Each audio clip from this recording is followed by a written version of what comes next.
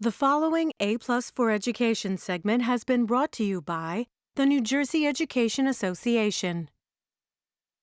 There she is, the beautiful, smiling, and talented Natalia Sigmund, who is a music teacher at the Eleanor Rush Intermediate School in Cinnaminson, New Jersey. Good to have you. This is part of our classroom close-up series we're doing in cooperation. It is their series at the New Jersey Education Association. This is part of our series where we feature talented teachers from across the state.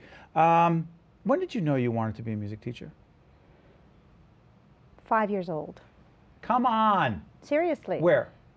Our apartment in Moscow, I put together a group of students and we produced Carmen for the parents. In Russia? In my living room, yes. You knew I that did. you wanted to be a music teacher? Absolutely. Or a star, but... Well, you're a star as a music teacher. So you come over here. By the way, the video that we're about to see, set it up for us. What are we about to see from Classroom Close-Up? I haven't seen the segment. The Classroom Close-Up came over to the school and what they do is they basically show you and your students Okay. talking about music and the connection between music. I'll set it up. It's what I do. Okay? You're good It's at the it. connection between music and language, and Natalia's in it, and it's terrific, and it's from the NJEA, and here it is. Bum, bum, bum, ba-da-da-ba-ba-da.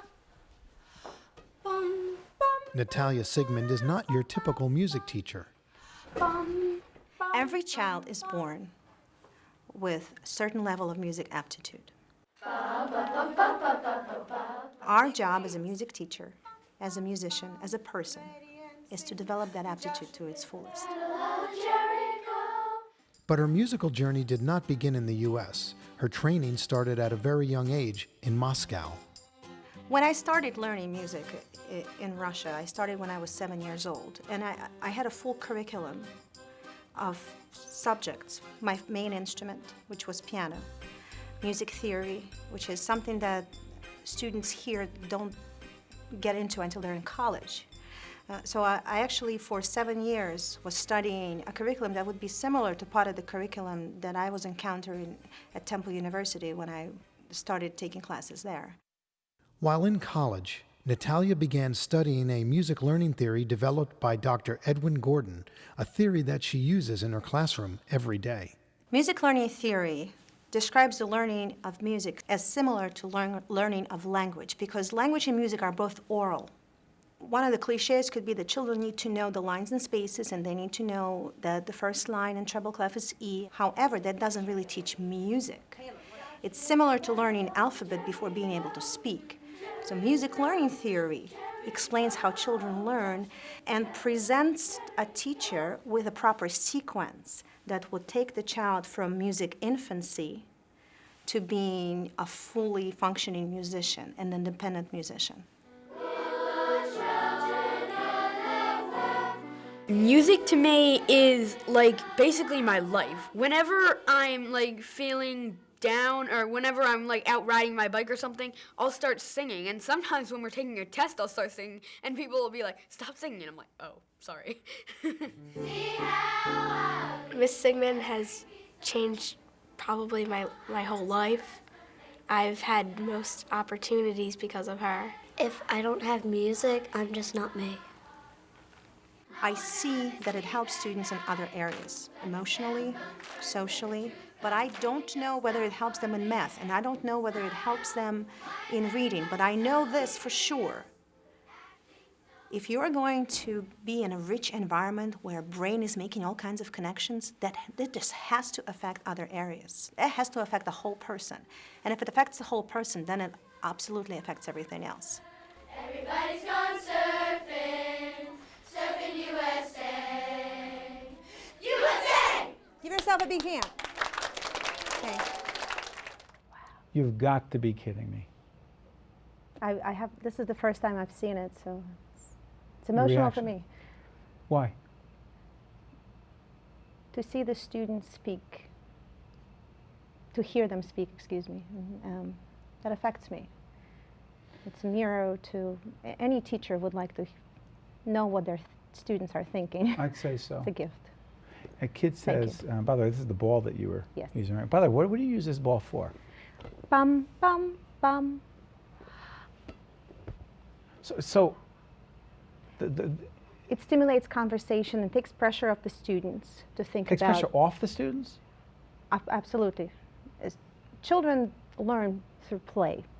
Okay, this is an element of play. They're not thinking about, oh my goodness, I'm going to sing in front of 30 other students here, and singing is not cool because I'm all into baseball and football and kickball. But here's Mrs. Sigmund, and she has the ball, and I'm going to engage you, Steve. Right. Okay, are you ready for this? Okay. Repeat. Ba ba ba.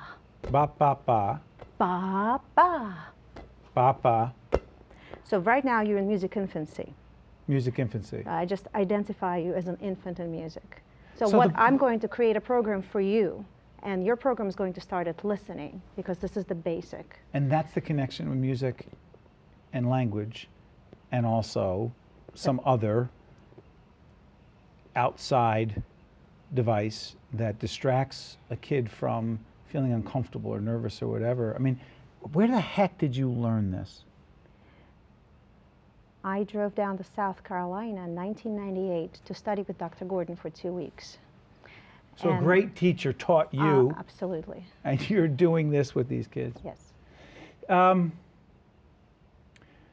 You know, you said before when we came out of the piece, you know, that's what any teacher would want. But again, you don't get, for those of us who teach at different levels, for me on the university level, I don't think there are any college students going around saying I changed their lives.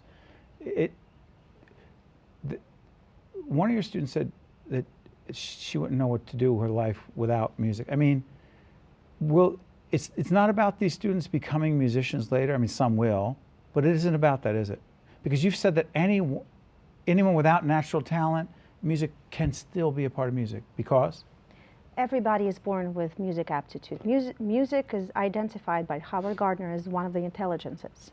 Now, everybody is born with potential to learn. I traveled in Russia about 10 years ago on a project studying traditional music, and I went to the villages, and everybody there sang, played an instrument after a good dinner. Everyone. And they don't know the theory behind it, but they participate together. So music is something that we all are born with, okay? And so my job as a teacher is to bring it out, to What make does it do for these kids later on? Oh, I don't know. How does it change their lives? I don't know. Are they more can't confident? We could see more confident. You look at these kids, just they're talking, they're more confident. They're more self-assured. I mean, just looking at them, that's got to make you feel great. Absolutely, makes me feel great.